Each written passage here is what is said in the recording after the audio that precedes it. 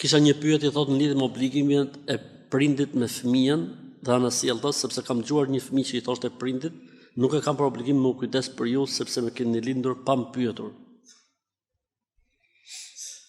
Jetojmë në një botë çuditshme dhe edhe këtë do ta dëgjojshim. Megjithëse na merrte mendja kurse mund ta dëgjojshim, po edhe këtë e kemi dëgjuar. Faktikisht e kam parë që diku në një shtet perëndimor fëmia i ka hedhur prindërit e tij në gjyq se e kanë lindur pa vullnetin dhe pa dëshirën e tij. Për këtë arsye neve si prindër kemi shumë detyrime ndaj fëmijëve tanë.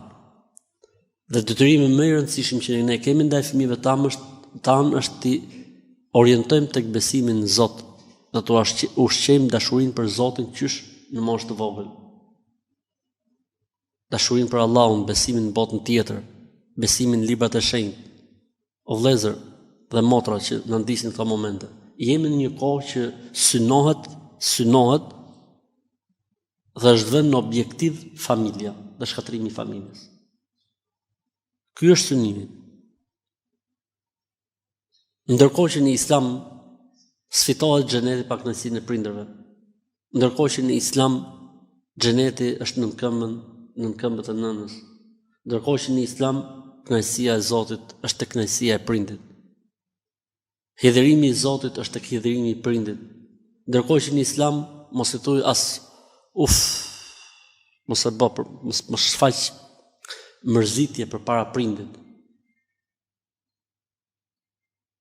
Për këtë arsye, domethënë, nuk është e rëndësishme që njeriu të sjellë thjesht fëmijë në jetë, po t'i edukojë. Për këtë arsye Zoti tha në Kur'an: "Ya ayyuhalladhina amanu qu anfusakum wa ahlikum nara waquduha an-nasu wal hijara." O që keni besuar, ruajini veten, por ruajini dhe familjet tuaja dhe fëmijët tuaj nga zjarri i xhenemit. Ne si prindër kemi këtë përgjegjësi të madhe, që t'i orientojmë, t'i edukojmë drejt Zotit, drejt besimit në Zot, drejt dashurisë për Zotit. Kjo është detyra jonë, obligimi ynë. Se ja çfarë ndodh? Gjejmë edhe të tilla, le të themi,